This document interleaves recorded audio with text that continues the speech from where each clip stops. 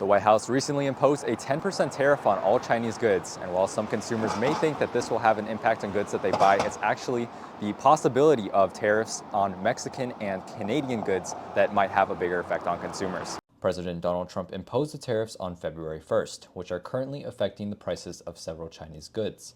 However, these aren't the kind of goods that you can find in your local supermarket. Brian Kelly is an associate professor of economics at Seattle University. So the Chinese send us a lot of producer goods, electrical machinery, and computers, and also the famous rare earth minerals. These will all become more expensive, making supply chains more expensive. They also send some consumer goods, but those are less important than you might think.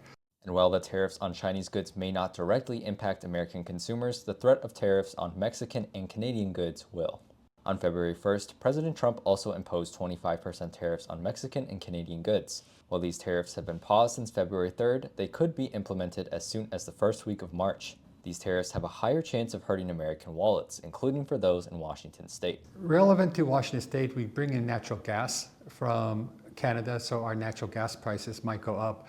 Canada exports a lot of natural resources, for example, lumber. Canada is pretty closely integrated with the US economy, so you can name almost any production area and there will be some effect. Additional goods that could be affected by tariffs include fruits, vegetables, and tree nuts from Mexico, and gasoline and car parts from Canada. These tariffs are paid for by the importer, which means that it is up to them to decide how to raise prices. From the Spectator, I'm Caleb Stipkovits.